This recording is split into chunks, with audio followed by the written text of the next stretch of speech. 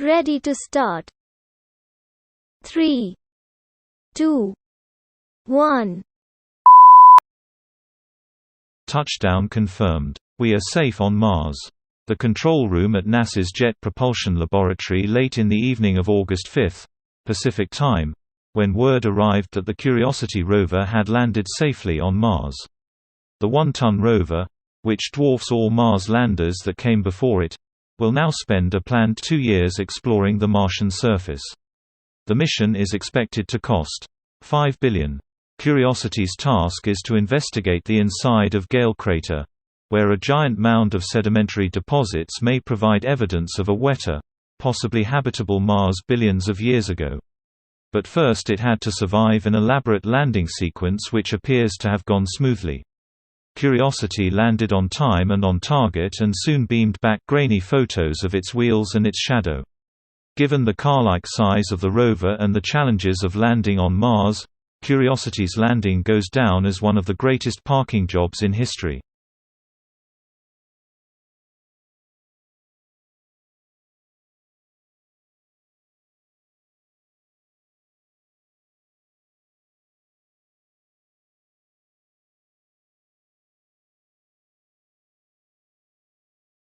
All around the world, significant parts of our cultural heritage are threatened by pollution, neglect, carelessness and greed. In learning the importance of our history, we come to understand the need to protect significant remains from the past so that future generations can come to understand their heritage.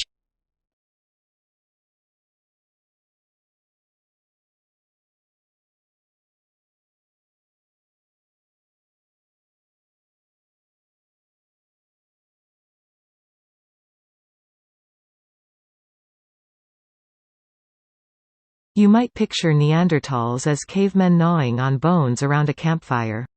Which wouldn't be inaccurate, but Neanderthals may have also dined on roasted vegetables and known a bit about medicinal plants too. So says a study in the journal Naturwissenschaften, The Science of Nature. Researchers analyzed hardened dental plaque from 5 Neanderthals found in El Sidrón Cave, in northern Spain. Yes, 50,000-year-old dental plaque. And they found a lot lurking between the teeth. Like evidence of nuts, grasses and green veggies, chemical traces of wood smoke, and tiny, intact starch granules, proof Neanderthals ate their carbs. And in one individual, they detected compounds found in the medicinal herbs chamomile and yarrow.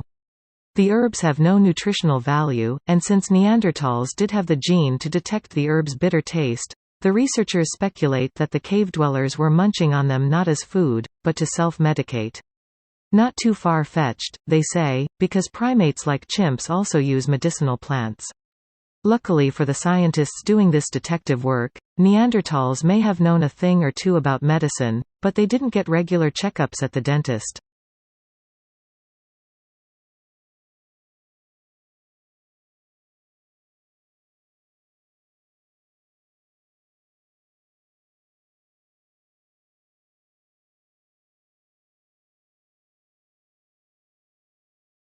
The New South Wales government has apologised for yesterday's transport chaos in and around Sydney Harbour during the visit of the Queen Mary II and the Queen Elizabeth II. Roads were lammed, traffic ground to a halt while tram and ferry services were swamped with thousands of additional passengers, with most services delayed for hours. Premier Maurice Humer says that plans were put in place to deal with the congestion, but the number of visitors well exceeded expectations. On the harbour itself there seemed to be as much congestion as there was on the roads, but everyone agreed it was an amazing spectacle.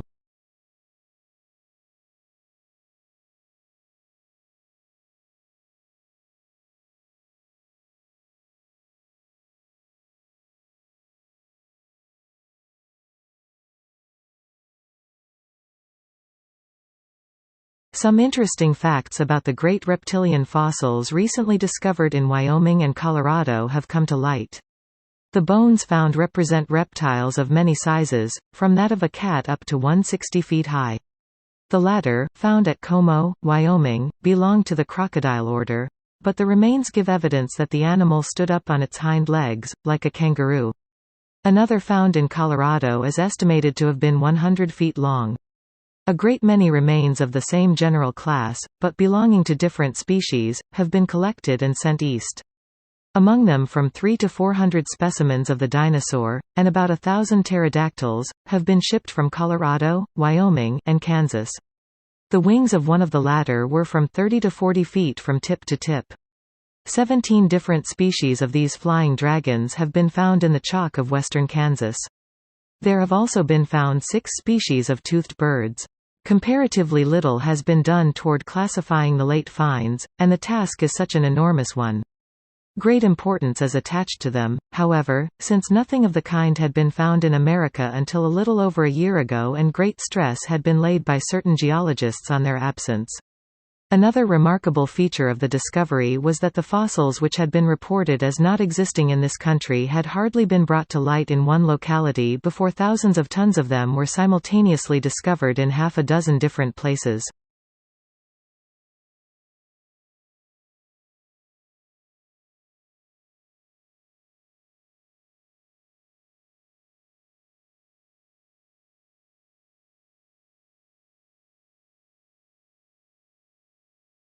Signs that secure borrowing remains robust and firm. Data on manufacturing and retail sales, released on Thursday, painted the picture of an economy that has yet to be cooled by the recent state's spate of interest rate rises.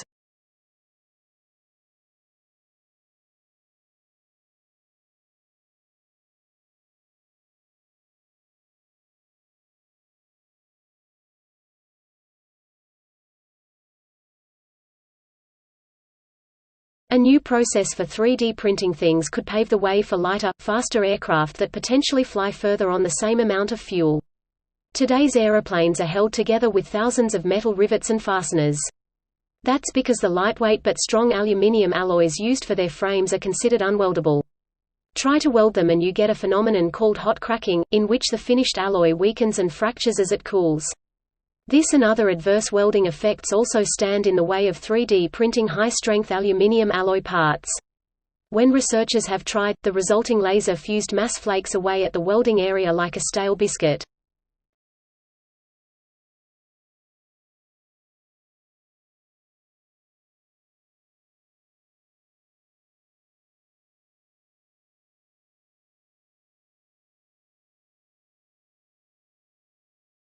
Dave Hackenberg, a beekeeper since 1962, can usually tell what killed his bees just by looking at them.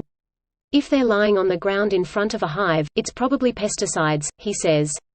If the bees are deformed and wingless, it's probably vampire mites. But last fall, Hackenberg saw something he had never seen before. Thousands of his bee colonies simply disappeared. He was in Florida at the time, pulling the lids off some of his commercial hives. To his horror, they were all empty.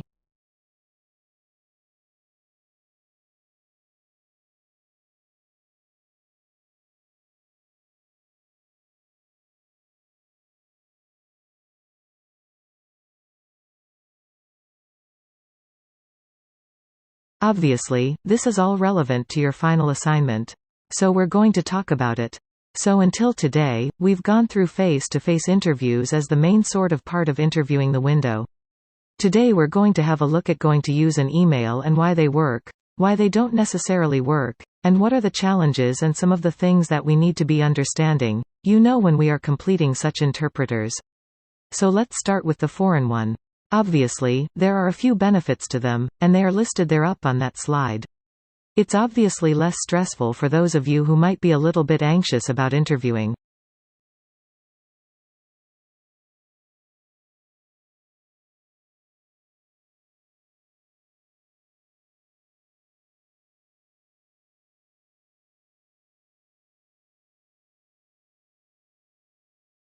Dams are huge man-made structures that act as barriers on a river. Today, the main reason people build dams is to produce electricity. They are also built to restrict and control the flow of water in a river. Throughout history, dams have been used to prevent flooding and to irrigate farmland. Dams supply about a sixth of the world's electricity, and they significantly reduce the risk of floods and droughts. They also make water easier to access, especially in desert-like areas, where water is in low supply. There are however, some negative effects of damming rivers. Many people's homes are knocked down to make space for the dam, and flooding can occur in the reservoir, which is the area behind the dam where water collects. This can cause valuable farmland to become submerged under the lakes.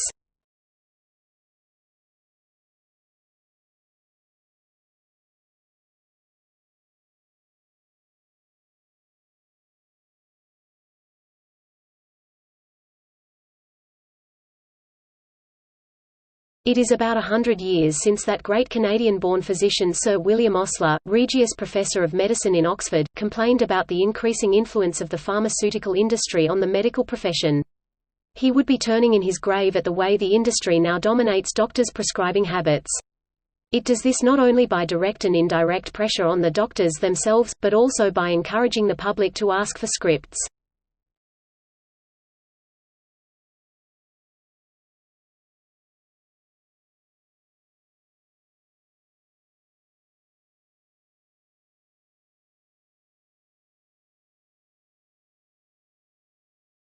Well, the simple explanation might be that yesterday's sudden drop in share prices pretty much across the board has created what market analysts like to call a buying opportunity. It tends to bring out investors to pick through the ruins, looking for bargains. Decision by investors that sellers got a little carried away with things, so the buyers have lifted all the major indexes today.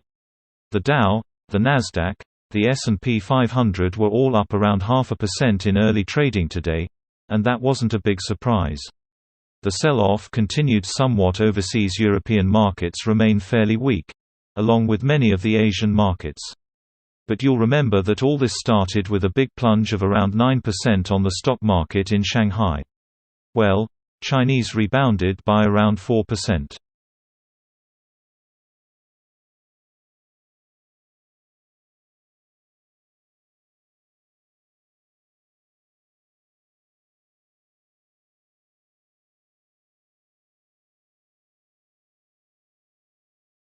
There are some 250 million cars in America, 250 million cars in the country with just over 300 million people. And most of those vehicles, of course, are gas-powered. This poses a huge challenge given the limited supplies of oil and the growing urgency of the global warming crisis. But there is good news, according to our guests today. And that is we have the know-how and the technology to build sleek, fast automobiles that don't use gasoline. These vehicles of tomorrow are powered by hydrogen, electricity, biofuels, and digital technology. And they already exist. So what's stopping us from putting them on the roads? Our guests today will help answer that.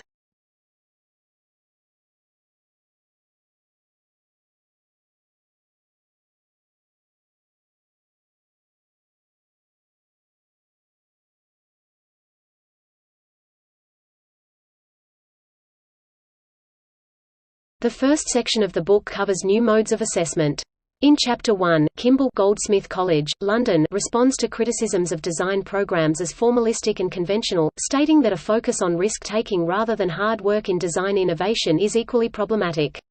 His research contains 3 parts that include preliminary exploration of design innovation qualities, investigation of resulting classroom practices, and development of evidence-based assessment.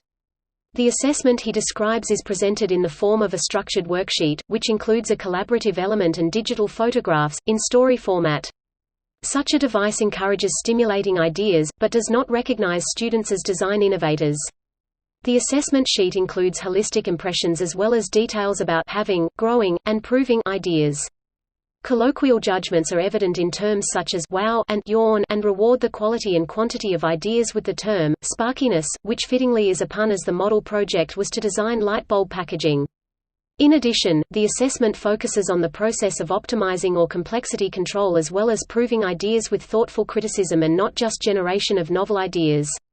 The definitions for qualities such as technical and aesthetic pertaining to users are too narrow and ill-defined. The author provides examples of the project, its features and structures, students' notes and judgments, and their sketches and photographs of finished light bulb packages, in the appendix.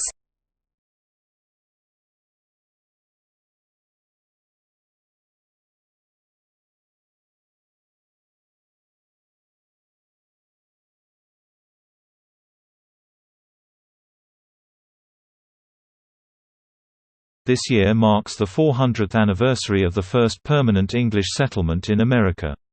A group of Englishmen, including John Smith, who later was befriended by Pocahontas, built a fort at Jamestown, Virginia in 1607, 13 years before the Pilgrims crossed the Atlantic on the Mayflower.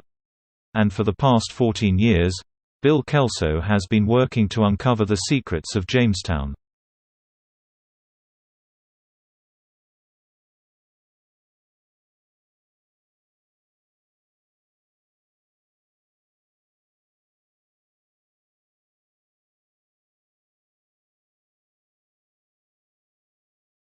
The Earth is warning. Almost all the Arctic summer ice may have melted by the end of the century, claims the Intergovernmental Panel on Climate Change, the IPCC. The upside: access to an estimated quarter of the world's oil and gas resources and the opening of the fabled Northwest Passage. The downside: the Arctic wilderness is lost as neighboring countries, Denmark and Greenland, Russia, Canada, Norway, and the United States all race to share in the bounty.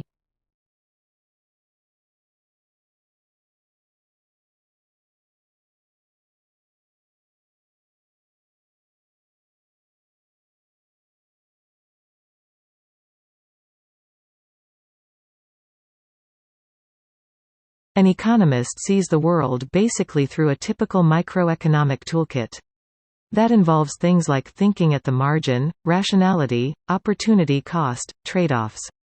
Economists, like any other discipline, rules, and its own way of seeing the world. So basically economics, or economists in general, tend to apply microeconomic concepts like that to explain the way humans behave and to make predictions about the future.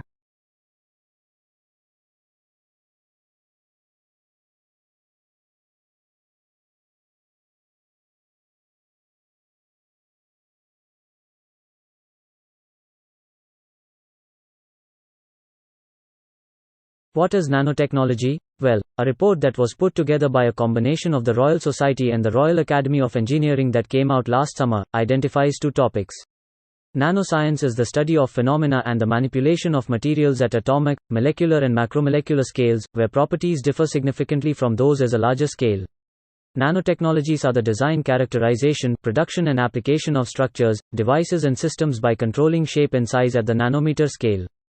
So I'll talk a little bit more in a moment about what a nanometer is, but loosely speaking, people think of nanotechnologies as being a sort of 100 nanometers or less.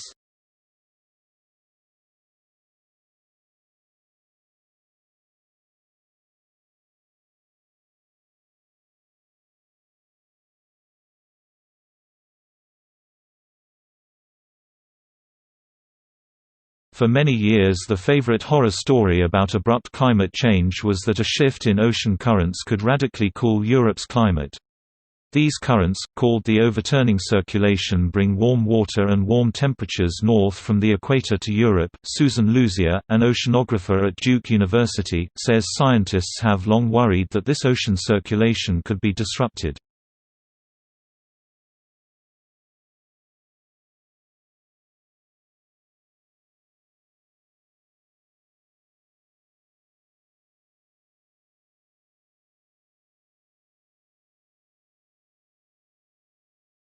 For all his fame and celebration, William Shakespeare remains a mysterious figure with regards to personal history.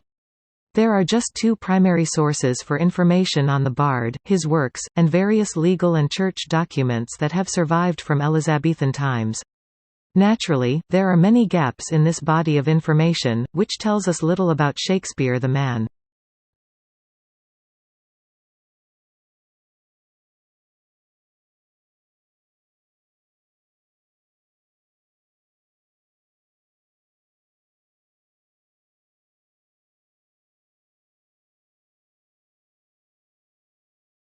Those of you who've never heard the term Neo-Latin, may be forgiven for thinking it's a new South American dance craze. If you're puzzled when I tell you it has something to do with the language of Romans, take heart. Over the years, many classes who have confessed they are not really sure what it is either. Some have assumed that they are so-called Late Latin, written at the end of the Roman Empire. Others have supposed it must have something to do with the Middle Ages. Or perhaps it's that pseudo-Latin which my 5- and 7-year-old boys seem to have gleaned from the Harry Potter books, useful for spells and curses that they zip one another with makeshift paper ash ones. No, in fact, Neo-Latin is more or less the same as the Latin that was written in the ancient world, Classical Latin. So, what's so new about it?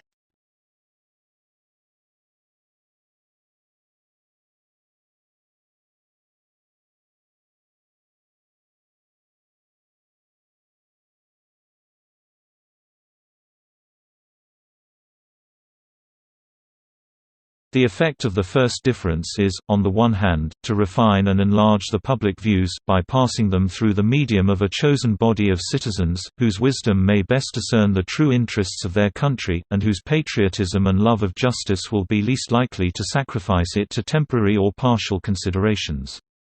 Under such a regulation, it may well happen that the public voice pronounced by the representatives of the people, will be more consonant to the public good than if pronounced by the people themselves, convened for the purpose.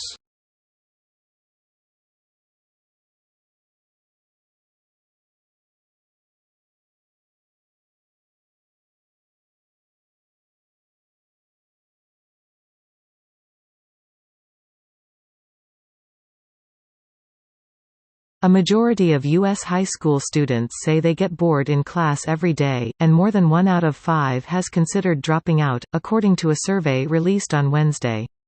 The survey of 81,000 students in 26 states found 2/3 of high school students complain of boredom, usually because the subject matter was irrelevant or their teachers didn't seem to care about them.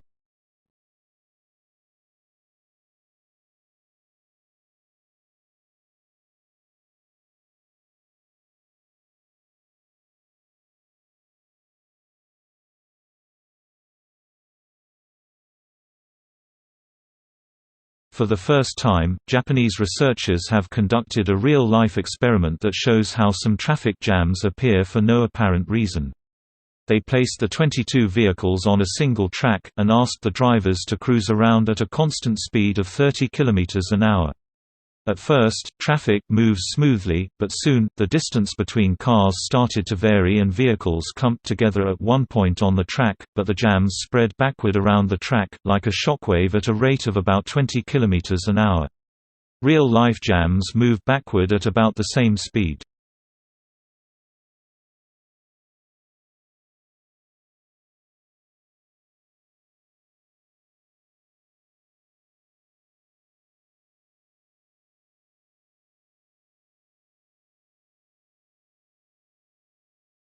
The notion of establishing an international coalition to fight starvation was proposed by President Johannes of Germany on World Food Day in 2001. He proposed forming an international coalition to solve political and other problems that obstruct raising enough funds to fight starvation and poverty. The proposal received the support from a large number of people. 5 years later, in the World Grain Summit Conference, attendants decided to amend the manifesto to International Eradicate Starvation Coalition. Many people hope the coalition can be supported, so that a resolution will be forged and plans made to eliminate starvation and poverty. In 2002, during the Development Fund Raising Conference held in Monterrey, Mexico, the Grain and Agricultural Organization, International Agricultural Development Fund and World Grain Plan Department made a joint appeal for poverty elimination.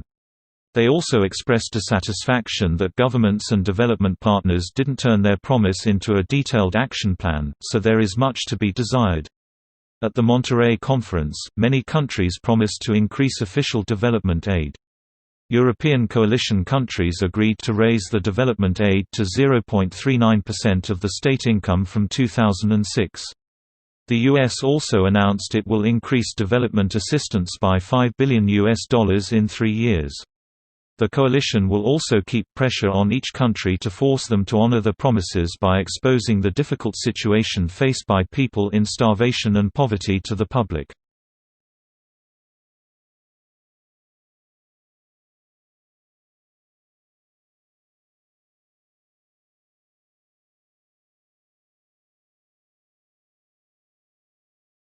Subscribe our channel to get weekly and monthly PTE exam predictions, according to your exam date. Please like, comment and share this video. Your appreciation is biggest motivation for us.